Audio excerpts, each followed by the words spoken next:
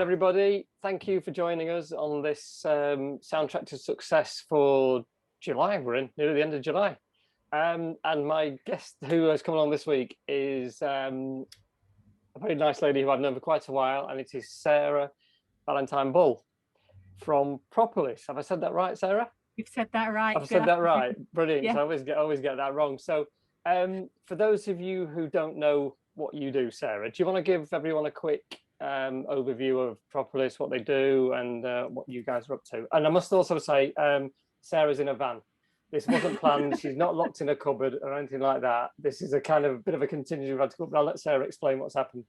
Contingency plan. We all need a good plan, business yes. continuity plan. Business continuity is perfect. Yeah. Good afternoon, Mike. Thanks very much for having me today. So Propolis is the sticky stuff that the bees use to stick the hive together, and we very much help businesses stick themselves together by finding the most efficient, again linking back to bees and their efficiency, so most efficient and streamlined processes that you can have, be that your paperwork processes as was, so the now systems, or in the factory, really looking at how what your customer journey looks like from the point that they place the order with you all the way through to the invoice, and then also things within the accounting arena and your HR arena, giving you defined processes. So in a nutshell, that's us. Why am I sat in the van? I managed to take the dog to swimming this morning, and she's just done a bit too much. So she's got a poorly tail, one could say. So last minute emergency vet's appointment. So child's in charge of dog. I'm sat in the van doing this. Doing this, excellent. So we're all good then, aren't we? And Absolutely. All being well, the signal will hold up. But yeah. Talking about what you do, in a way, there is a bit of crossover what we talk about, which is the customer journey and things like that. But anyway, we're not here to talk about that just yet. We're going to talk about music, and in particular, which I found in my thing, is this, which is Bryan Adams' Reckless. Yeah, this is the one that you talked about. So yeah. So Bryan Adams and Reckless, I know the album pretty well because Mrs. H is a big fan, and kind of converted me a little bit as well. So go on, just give us a bit of a lowdown as to why that one that you chose. It really was the soundtrack of my teenage years growing up. I did a lot with Bryan Adams, went to numerous I can't get my word out, concerts even. And just really enjoyed the music that was on there. It sort of then bought album after album, but Reckless was the one that really started that all off. And I think it's that classic rock that suits anybody who doesn't want the heavy metal, wants a bit more than your Joe Bloggs pop, and I just really, really enjoy it. Yeah. And that's probably led me into more and more rocky music over the years, in amongst the other things that we listen to. I mean, I think when we talk, we both agree. We have seen. I know Mrs. H is a big fan, and we've seen him numerous times. And we were talking earlier about when you saw him. Was it at Wembley? You said you saw him. Yeah, I saw it. First time I saw him was probably about 93-ish at Wembley Arena, and then I went back to the Wembley 96 gig, which was in the stadium, which was Old Twin Towers. It was an amazing afternoon. Delamitri were on. So it was a classic hot summer's day, much like today, all the way through from 2 o'clock with the support gigs through to 10 o'clock at night. I think we used to have some in those days, didn't we, where you could guarantee it was going to be warm. Yeah. Which was one of the main things. But I think, like you with the album, there's so many tracks on it. I was listening to it the other day, and pretty much you think, yeah, he's played that, and pretty much all of them are going to be pretty big hits. And I just remembered how I got hold of the album, and this was years ago. I joined Britannia Music Club. You remember back in the day where you could order three albums? Rich is smiling because he knows this. You could order 3 albums for like £5 or something like that. And I ordered that, Talking Heads, and for God knows the reason why, Elton John. And I still don't know why I did that, but that's how I came across it. So that took me back to Britannia Music, and it was like, yeah, okay, that was the day when you could actually buy the stuff and get all the touchy-feely kind of things, wasn't it? Yeah, absolutely. And to be honest, I still buy albums on CD with the odd bit of vinyl chucked in, just because I want to know I've got the copy. Yes. Well, I know Richard I know Richard who's joined us again with his another T-shirt on. He's a big vinyl fan, and he's constantly adding to his collection. So yeah, it's a big thing that goes on there, isn't it? Yeah. I got the new #1 before it became #1 last week. Is that right? Yeah. It's by Inhaler from Dublin. It's Bono's son and his group. It's right. Superb album. Absolutely superb album. Oh, well, that's one to look out for then. Are you on commission for that, for promoting it to our audience? No, but when you think about it, I know I'm not meant to be talking about music, but when I listen to like an early U2 record where they borrowed £100 each off the Four Fathers, and then you listen to the quality of this brand new album that's come out by Bono's son and his friends, you know, it's like chalk and cheese. There's so much difference. To say it's a first ever album to come out, it's very well done. It's amazing. It really is. Might have to have a listen to that one. Yeah, absolutely. Yeah. Well, we were talking, weren't we, earlier about your love of the music and things like that. And actually, you've got quite a musical family as well, haven't you? Yeah, we have. So Eleanor plays guitar, and Kira plays drums. They've both done gigs with Andy Stock's music and Richard Quinn music. They used to do summer gigs, obviously pre-COVID. Other half plays guitar and bass. Yeah, there's a guitar, but sort of normal and bass. And then I occasionally, very occasionally, pick up the saxophone, but it has to be very occasional. So I also got into the sort of late 80s, early 90s, enjoyed listening to Dire Straits and that side of things, where I could have a bit of a tinker along with Baker Street. Yeah, well, absolutely. Well, getting the old saxophone out on certainly on some of the Dire Straits stuff is pretty cool, isn't it? So there's no chance of a Valentine-Bull band coming out then? No. It's not happening. I mean, Eleanor sings really well, so they could possibly do something, but I won't be partaking. Is that, are you sure? That's definitely not going to happen, is it? But going back to Andy then, because he, you know, obviously, sure, your other half, but he's always been into music, isn't he? And we were talking about what the influence your parents can have on your music. And go on, tell us a bit about your background with your parents, and in particular this first concert you went to. Yeah, so I just remember growing up, Radio 1 was on all the time. So Steve Wright in the afternoon, as was on Radio 1 at that point in time. We listened to the charts all the time. So I had a wide variety of music, really, from late 70s through to 80s and early 90s. When I was at home, it was always on. Everywhere we went, because we used to do a lot of travelling. We reminisced this morning about the Sunday afternoon drives that we used to have with our parents. Yeah, the pointless ones, where you never really went anywhere. Yeah. Find country lanes, and so music would be on there. That was typically Decca's originals, so 60s and 70s again. And then when I was about 13, got taken to see Gene Pitney in concert at Doncaster Dome. And by that time you said you already know 24 Hours from Tulsa, don't you? So you know that. Yeah. So that was sort of the first concert I got to go to, and then because we were always listening to music at home, radio was always on. When we were out and about traveling, we did a lot of traveling when I was younger. And then as I got into the working life, I ended up being on the road an awful lot. So continued with radio primarily, but if I got fed up with that, stick something on that was a bit more rocky, just to keep going down the road. I think that's the thing, isn't it? It's having that different kind of taste of music for different things that are going on. And we lost you a little bit then, but yeah. So it's about having those different kind of tastes, isn't it, to what you're feeling like at the time and what you're going through. But Andy was the same, wasn't he? He was very much into the music with his dad. Very much so. And I was sort of reminiscent. I can't play a damn thing, unfortunately. The nearest Richard Smiley, the nearest I got was dribbling down a recorder at school, which you got your knuckles wrapped if you got that wrong, and then playing the bugle in the Boys Brigade. But we had a bandmaster who was tone deaf. Well, he was actually deaf, and his hearing aid used to go off on one. But that was the nearest I ever got. I always wished I could play something, but sadly never did. So I've got great admiration for anyone who can play anything that makes a decent tune, really. But yeah, I agree with you on the kind of pointless Sunday afternoon stuff. That, you know, the parents going out there, and it was the right thing to do. But interesting, the work stuff that you talked about when you were doing. Where were you working at the time then? Because this is well before you set Propolis up, isn't it? Absolutely. Yeah. So initially I was NHS. So those were the Take That days, where the whole office used to listen to Take That.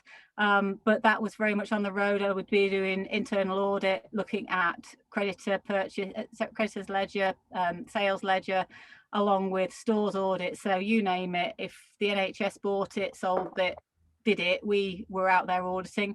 Very interesting time. So I was in Lincolnshire at that point, so traveling from Gainsborough to Boston absorbs a few miles. So that really gave me the background to the start of my process world. Yeah. Moving then to the banking industry, where I was involved in invoice discounting, and again seeing pretty much a different type of industry every day, anything from printing to abattoirs, from manufacturing to recruitment, and haulage. We had the advantage of seeing pretty much everything, which is why now we're in a great position of being able to have a good background of a lot of different industries. Yeah. I guess, sorry, I was going to say, this is one of the things that you and I have in common, isn't it? It's about, with those experiences, you can look at things from a different perspective. Yeah, very much so. Which is about where you can add the value, to the client from that perspective, isn't it? About looking at stuff from, from a different perspective. It's so important that people don't often do that. Yeah, I've been reading some interesting articles recently, and put a post on last week that you don't necessarily have to know that the specific industry of the client that you're going into. It's actually having an open portal for new ideas. Yeah. And listening to people with different experiences and understanding how they can be adapted into your own industry. I think that always adds value, as opposed to looking for like. Yeah, absolutely. Yeah. I've got a client at the moment who's recruiting outside of their industry for that very reason. And that's why we always feel we can add a bit more. Yeah, because we've got lots of different things that we can draw upon. Yeah, I think you're right. I think you can go with that open mind, can't you? Because it isn't, you need to have that open thing and just look at things and go, have you thought about this, or have you thought about it in a different way? And I guess in a way, we were chatting earlier, weren't we, about going back to when you were younger and the music side of stuff. It's nice now, I found, certainly as I've got older, I won't say wiser, but you kind of, your music taste kind of changes a bit, and you become open to different sorts of types of music and stuff that you wouldn't necessarily listen to as a kid, because that wouldn't be really cool. Yeah. Your mates would always be listening to one thing, and you thought, well, I better listen to that because it's kind of the right thing to do, even though you want to tap along to the Bee Gees or something, when I really should be listening to the Skids. so something like that. So it's good. So I don't know if you found the same kind of thing. Yeah, I mean, I found when I was doing my A levels and my accounting qualifications, I used to listen to Addy Amos, which is a classical piece.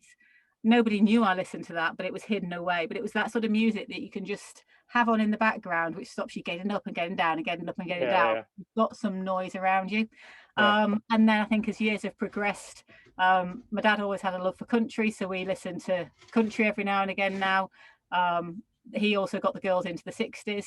So there's lots going on of sort of, you learn from your parents, then watching like at the time, you then you then sort of, the years come round. Yeah, I think what goes around comes around, doesn't it? And you kind of seeing stuff, and now when the kids are going, oh yeah, this is a great track, and you think, actually no, this was around years ago.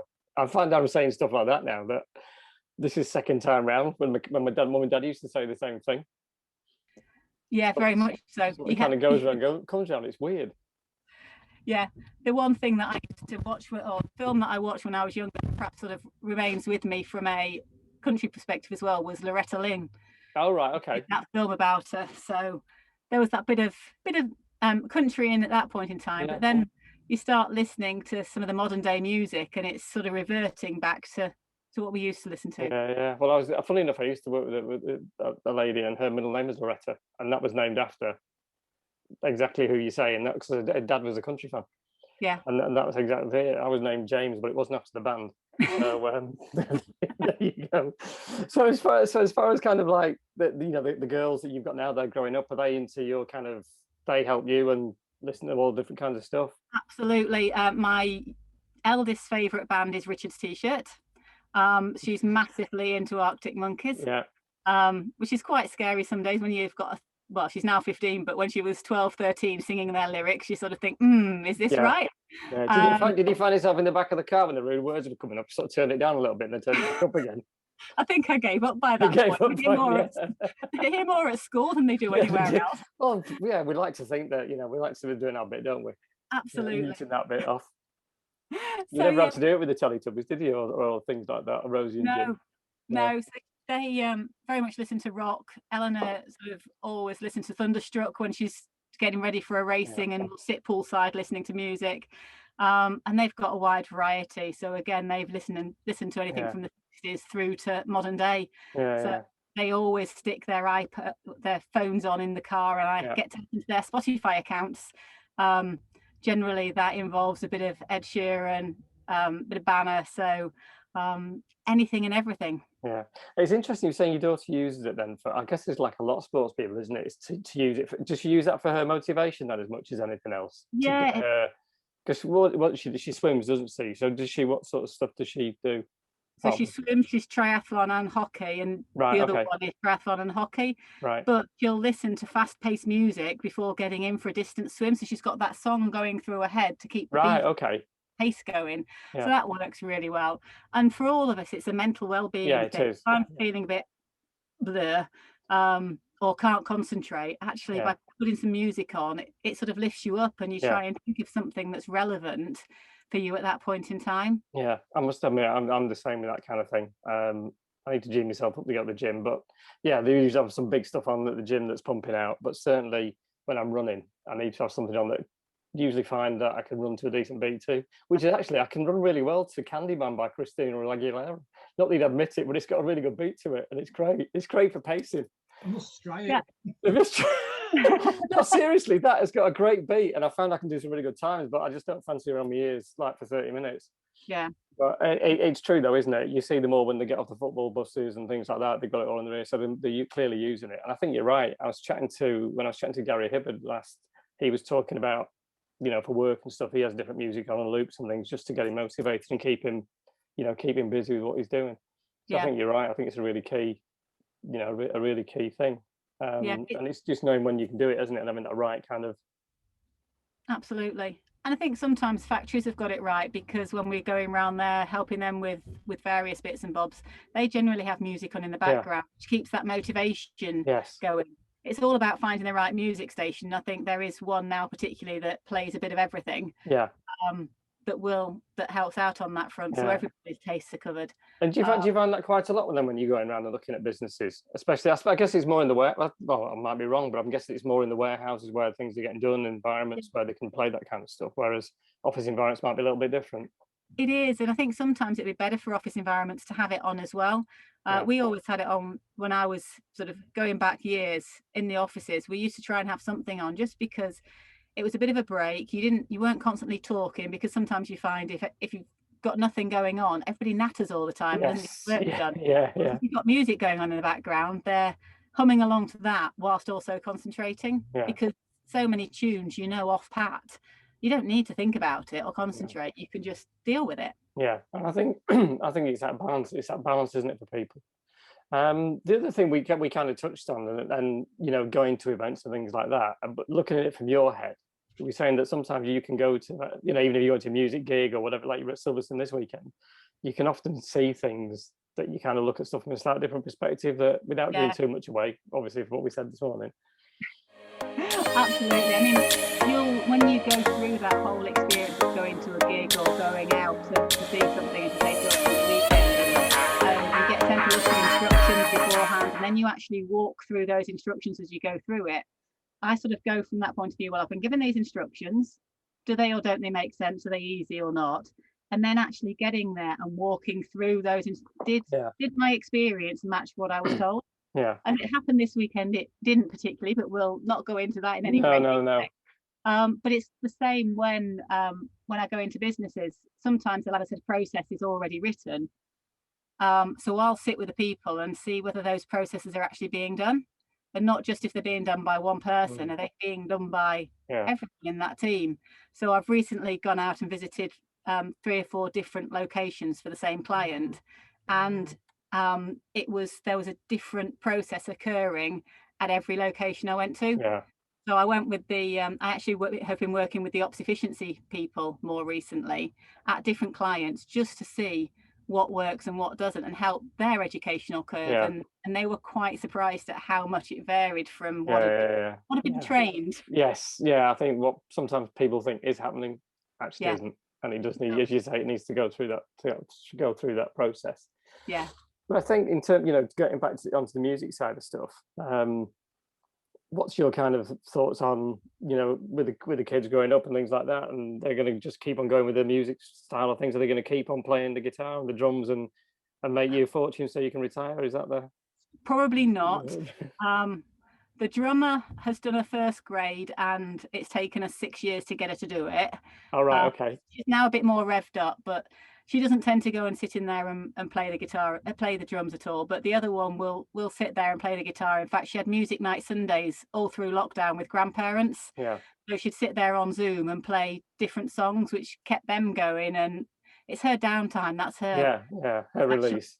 Coming back to that whole mental well-being, that's her downtime, is sitting there playing the guitar, strumming along to different songs, singing different things. Just keeps her balanced, I suppose. Well, I think it's their release, isn't it? It's a way of doing it and keeps them busy and at least you'll know what they're up to. Absolutely. And it's always it's a life skill that you go somewhere in the future and you know what it's like. You end up at a party and somebody's got a guitar and it gets passed around the room. People play different things, and it just gives a new conversation a new backing. Yeah, unfortunately, they never passed the recorder around when I went to a party. That was it. It was just not much chance of that one. But I think just touching on what you said there, and what we were talking about this earlier as well, is that actually getting into this kind of thing. And you made a really valid point that music's a kind of it's a great way of leveling off everyone. You know, no matter where you are or what you do, everyone has a favorite band that it's something you can relate to, or they've seen something, or you've got something in common, haven't they? Yeah, puts you on a level playing field. Yes. I think the other thing is you go into the workplace as well. When I go into clients and I'm working with individuals, it's nice to have something to break up the conversation. It makes people around you relax, and likewise for kids, it's something for them to have as a topic of conversation. Yeah. When they go into the workplace, that hopefully their music taste will spread across generations and they can talk to anybody about that or sport. Yeah. Just gives you a new dimension rather than just what was on Instagram or Snapchat last night. Well, I think it is. I think it gives you those additional life skills. You know, when you move away, which they will do eventually, and it gives them a new way to go and join a new, join. I did it with sport. I played badminton, so I joined a badminton club. You know, you just find something different outside of your work environment, which gives you, as you say, something else to kind of, natter about or talk about. But even, bumping into people in the shop or whatever it is, it's just that level. It's just a leveler, isn't it? Yeah, massively. Yeah. So it's all. I find the whole thing's really interesting, how it just makes it out. So, in terms, what's you got planned for kind of concerts coming up? Have you got anything kind of booked in now that we're all coming out of? We were due to see Ollie Murs next week. Yeah. So that's the youngest. He's not down in the bottom of the van, is he? The way you were looking down there. I was looking at the date. Yeah, we're due to see him next week. That's been deferred because of COVID to the 10th of September. Right. So we're up to Bedford Park to see him. Okay. And then I want to see what else is coming up. Obviously, everything's been very quiet recently and non-committal, and I like to know that we've got a date set in stand. Yeah. We'll be seeing what else is coming up. We've got Genesis booked in September. That's been put back. And then we'll see what comes up in the new year and see what Mrs. H fancies doing. I've got Hayseed Dixie that we were supposed to see at home. Home at the Pitch Dome. I've heard so much about them. I've listened to them on Jeremy Vine, and I've got some friends who really, really like them, and they play the Pitch Dome, don't they? Yeah. So that's been deferred from March 2020 several times, and that's sort of Christmas time, I think. So it'd be good to actually go and see them, because I've not been to the Picture Dome either. So that. Okay. That's a unique venue. That's definitely a unique venue. I'm involved with a thing called Brass Factor, which is set up by a good friend of mine, but as a talent show for the past 10 years, where it's all about brass bands, but we hold it in the Picture Dome, and it's a really iconic kind of place. It's it's well worth going to. It's a real experience going there. Throughout the show. I dragged the kids along to that one as well. They'd love it. I don't think I got tickets because the original date didn't coincide. Right, okay. But you never know, there'll probably be availability. Absolutely, yeah. Give them something new. Well, that's it, isn't it? It's about being open-minded to things as well, as much as anything else. Yeah. That's the key thing. It keeps us all ticking over, doesn't it? It does. Brilliant. Well, listen, Lisa, thank you so much for taking your time. Lisa, why have I called you Lisa? I'm going crackers. It's the heat, Sarah. I'm the one in the hot box. I can cut that. No, I probably can't cut that bit out. That's all right. No, Sarah, it's been brilliant. Thank you so much for taking your time out to have a chat. No problem. Enjoyed it. It's been really good fun. What I will do is for people to connect with you on LinkedIn, I'll put your link into the email, which will go out. I think it will go out tomorrow with a link to the video, which will go up onto YouTube. And you can also go on there and see all the different people who we talked to over the past few months. We're going to take a break from Soundtrack and looking to redo this in September. I would like to say a big shout out to Mr. Richard Mawson as well, who was kindly Yes, yes, you're not getting a prize, don't worry. But actually, Richard Kent has been attending. along and joined everyone that we've done. So I really appreciate that, Richard. It's been very, very good of you to take the time out of your day. I don't think I've missed, actually. No, you haven't. You're a loyal supporter. I'm also, I've got to show my age now, I'm a loyal Radio 1 fan. Yes, yes, that's all you ever listen to, isn't it? I listened to it on the first day it started, and I switched it off now to get the speakers working for us to chat now. Oh, top man, top man. Brilliant. So yeah, thank you so much, Sarah. I really appreciate your time. Thanks everyone else for watching. We'll be in touch soon, and look out for the email to this in your inbox very soon. Cheers, guys. Take care. Thanks very much, Mike. Bye-bye. Take care, Richard. Bye.